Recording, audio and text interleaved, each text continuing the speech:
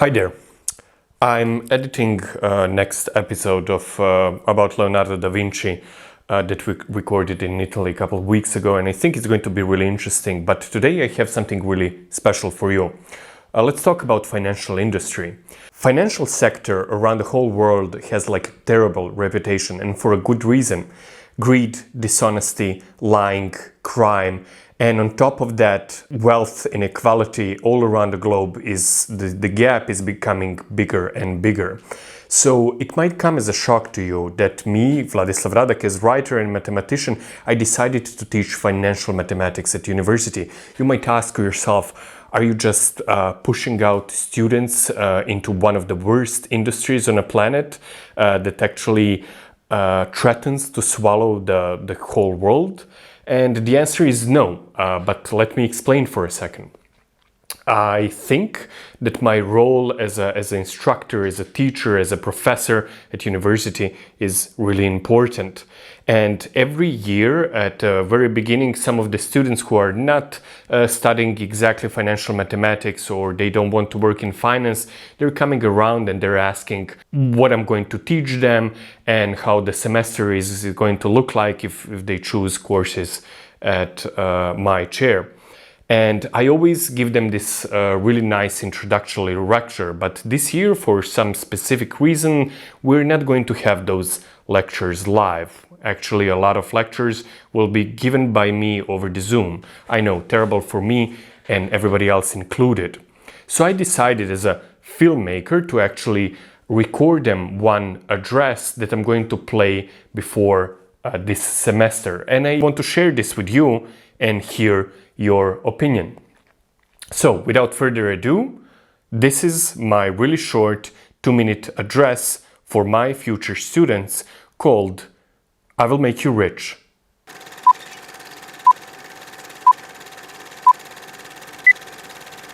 Why should I study math or finance or computer science? To make myself rich, right? My name is Vladislav Radak. I'm financial mathematician, consultant and university lecturer for almost a decade, and those are questions that students ask me the most before every semester. We can all admit we live in really convoluted times, and tech and finance play an incremental role in making everything more chaotic. Stock market uncertainty, Reddit users, cryptocurrency prices, self-made gurus that are promising naive players that they will take them to the moon, regulators, ETFs, NFTs, and FX. To an ordinary spectator, it might seem that nothing makes sense anymore. But scientists are not common spectators. We study math to make chaos into order, statistics to see patterns that nobody else can, programming to harvest the infinite power of machines, but above all, through science we train our brains to follow the common sense of nature and fight all psychological fallacies that more and more victims fall to. We study to follow scientific truth instead of a gut feeling. In the world of mad rich overnight stories, we want our students to embark on a mission where the most valuable thing they can possess cannot be stolen, downgraded, or copied. It cannot be hacked or destroyed. The most valuable thing should exist between our 2 ears.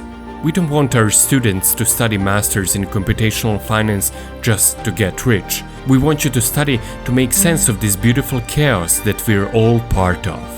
Because life is rich, you just need to wrap your head around it.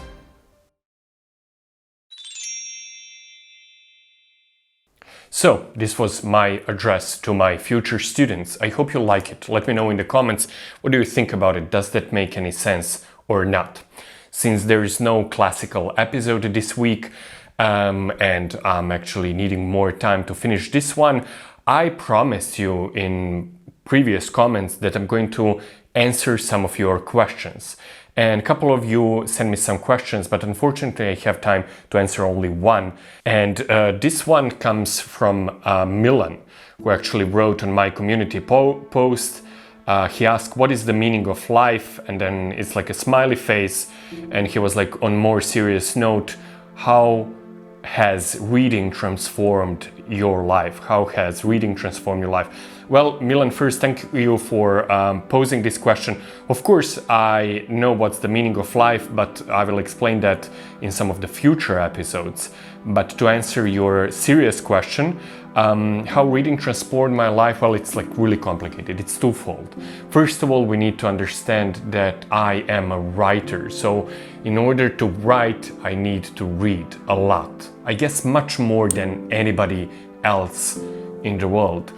I started reading really young, and I was thinking this is the coolest thing ever. And when my parents explained to me that's actually a job, I was pretty sure at the age of 5 or 6 that I want to become exactly that. And I started scribbling some notes and painting some illustrations and even cutting cardboard to produce my own books that I tried to sell to my parents.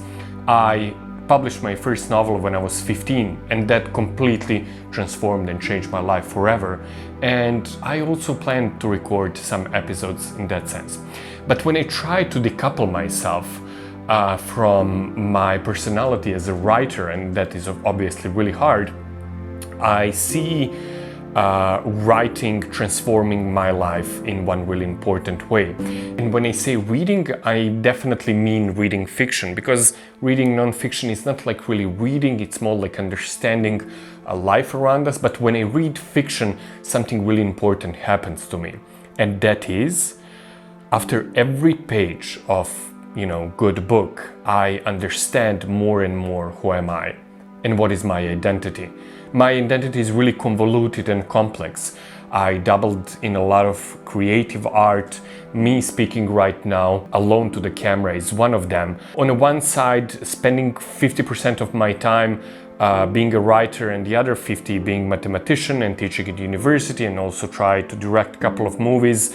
Now, when I'm in my 30s, I feel that I might lose my identity. I can kind of forget who I am.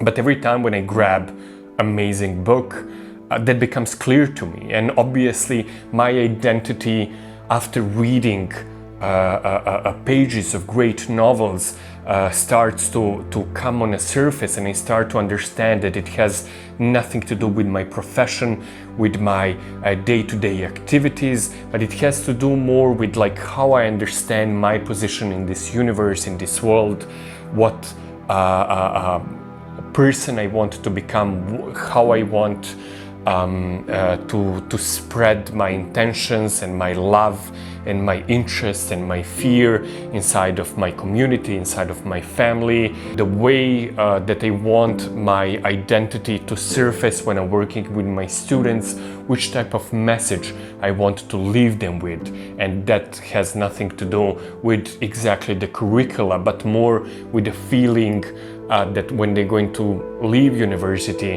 what kind of notion, what kind of person I expect them to be. So this is what reading fiction really does for me, and this is how reading fiction transformed my life. I hope in some of the future episodes I will have time to explain how I see fiction and non-fiction, and why I read them completely differently, and why my approach to those subjects is completely different. But in the meantime, stay tuned and curious. We see you next week, and don't forget, libraries still exist.